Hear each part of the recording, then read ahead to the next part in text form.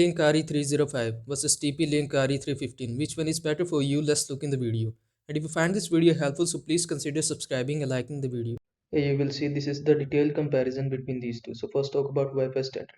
305 provided IEEE 802.11.AC Wi-Fi 5 standard, and it is also provided by 315, so both are equal. Now let's look at the frequency bands. 305 provided dual band 2.4 GHz up to 300 Mbps, 5 GHz up to 867 Mbps, and it is also provided by 315, so both are equal.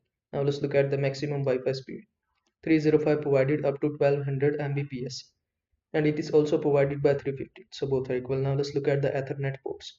305 provided one fast Ethernet port 10/100 Mbps, and 315 provided 1 gigabit Ethernet port 10/100/1000 Mbps. Now let's look at the range.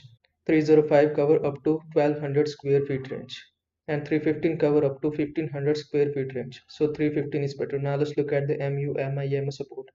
No, this is not supported by 305, and yes, this is supported by 315, so 315 is better. Now let's look at the setup.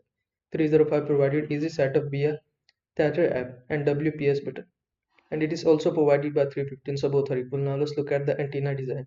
Two external antennas is available on all two devices, so both are equal. Now let's look at the AP mode. Yes, AP mode is available on all two devices, so both are equal. Now let's look at the power consumption.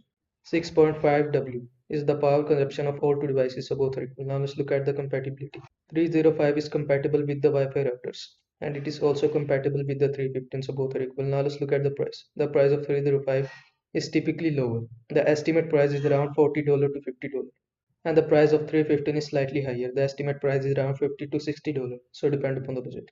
I hope this video was helpful to you. Make sure to like this video and subscribe to my channel for more this type of content. Thanks for watching.